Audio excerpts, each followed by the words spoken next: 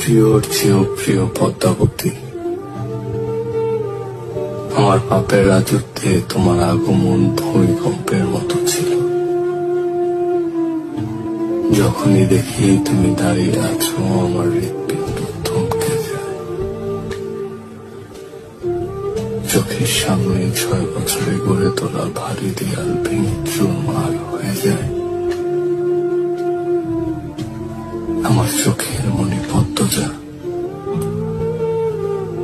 তোমার ওই দু চোখের অবিশ্বাস্য চাহনি আমাকে ছিন্ন ভিন্ন করে ফেলে।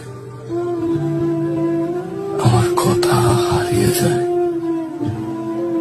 আমি স্তব্ধ হয়ে যাই। খারাপের মাঝেও ভালো থাকার মন্ত্র ছিল তোমার দৃষ্টি।